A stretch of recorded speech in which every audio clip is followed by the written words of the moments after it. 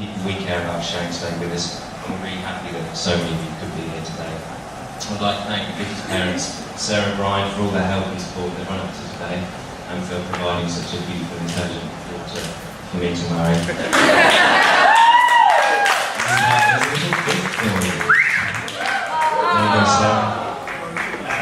I'd like to thank my parents for providing such a beautiful, intelligent son for Victoria to me. I'm only joking, I'm not that intelligent. I'd like to thank my mum for the wonderful wedding cake, and the flowers, and for Jenna being my mum. So, this is for you.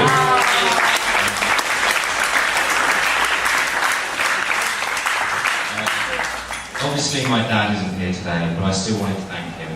I know how much he would have enjoyed today, and I know how much we all still miss him. He was very fond of Victoria, and I'm sure nothing would have made him happier than welcoming her into the family. So, to have some friends and family. Yeah.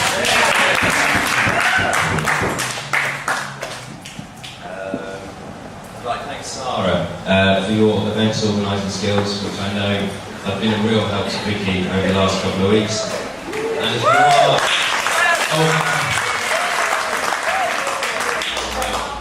Calm down. You're one prize. And there's a valuable lesson to be learned if you are booking your own wedding. Don't get the makeup through Facebook.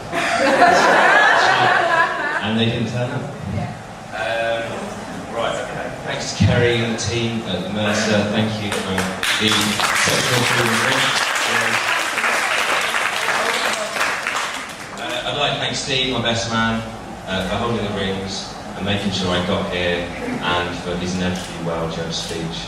I'd like to thank Gavin for organising the stag do. So you may even get to hear about some of it in a bit.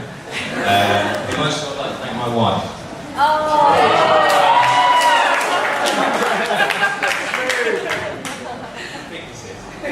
For agreeing to spend the rest of her life with me and for ultimately saying yes.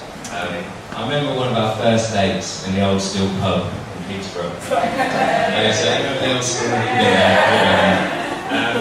those tentative first steps of the relationship, the lingering eye contact, the nervous conversation, the mild flirtation, all to the backdrop of the Twin Towers crashing to the ground. Because I remember it like it was yesterday, but I can never seem to remember the day.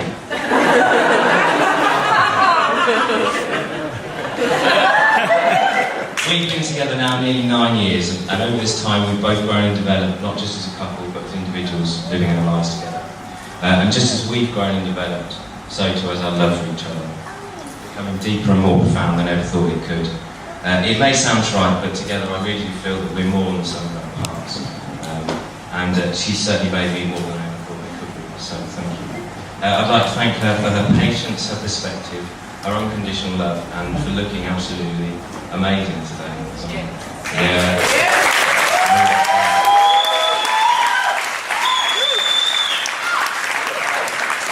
So if you'd like to turn to glasses and keep standing, I'd like to propose a toast to my beautiful bride, Victoria. Victoria.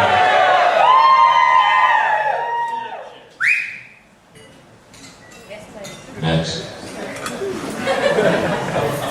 The bit of a breaking tradition, like Brian said, she couldn't be held back, so she's doing nice.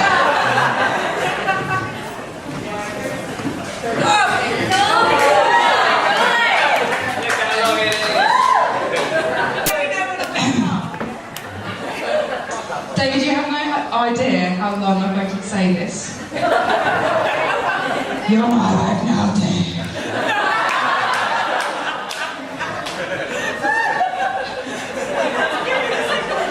Started talking to friends and family about making a speech, their initial reaction was to roll their eyes.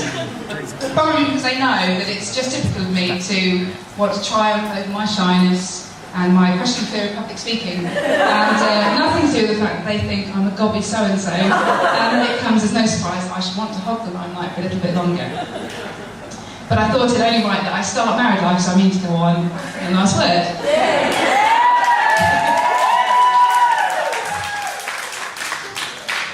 I first met David at a gig in Norwich in May 2001.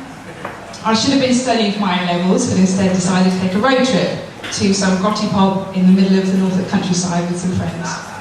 David was playing guitar in his band, Mendes Tear, and his long blonde locks were being put to great use for headbanging. We got talking and just seemed to hit it off. That summer we bumped into each other at gigs and clubs and quickly became good friends, propping up the bar in the Met Lounge over a pint of triple vodka and Fanta. Classy drink. Yeah. After months of waiting, I mean months of waiting for David to ask me out, I decided to bite the bullet and ran Dave's bandmate Mike, who's sitting over there, to get Dave's number. Mike willingly obliged. So after spending a good half hour working out what the hell I was going to say, I nervously plucked up the courage to dial the number. You have to understand this was the days before mobile phones, so I couldn't just wimp out and send a text. Fortunately, David did pick up and it wasn't his mum, so thank God. And I said something like, "Hi, it's Vicky, blah blah blah, do you fancy going for a drink today?" I was met with complete silence. And then finally, the response I got from David has stayed with me ever since.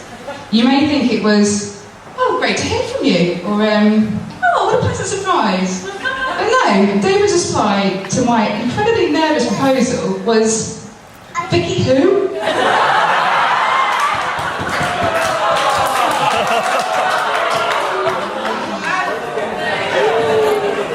Gutted. Eventually, after explaining who I was, he agreed to drink at his local. Dave was of course late, but he made up for it by bringing one of his band's t-shirts for me, which is truly characteristic of Dave. Generous, but often late. Speaking of being late, David proposed in October 2008 in a restaurant. You may think that's pretty boring, but I should just add that that restaurant is, it's in Bali. Yeah, it's in Bali. It was our third night in Bali, and we decided to get dressed up and go to a top Balinese restaurant. It was absolutely sweltering, but to make matters worse, the food was really spicy, so I was pretty much melting at this point. David, as usual, spent half the meal taking the most unflattering photo. When he showed me the previews on the camera, I started complaining how unphotogenic I was and how terrible I looked.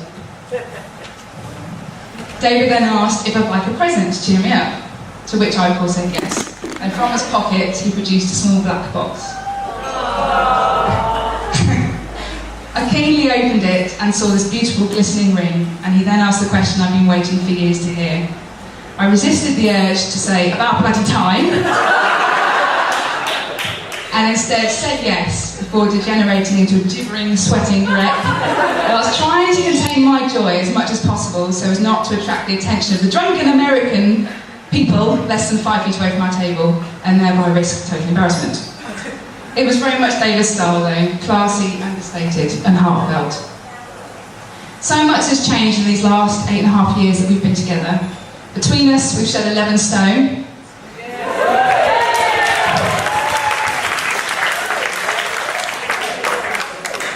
Albeit that 10.5 of that was David's.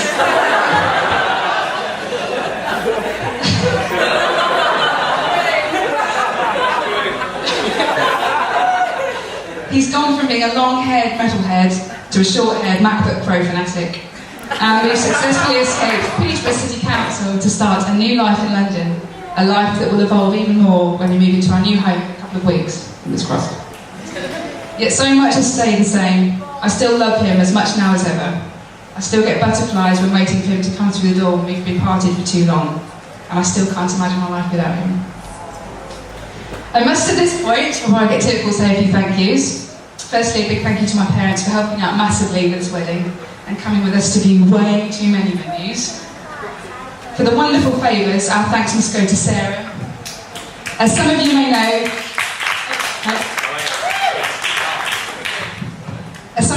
David and I are big tea lovers, and when we were discussing favours, David set Sarah the seemingly impossible task of finding this particular Nepalese tea that one of his friends had got back for him on travelling. Amazingly, not only did Sarah find that particular tea, but also she made the fabric for the beautiful pouches that are on your table at a fair trade textile mill.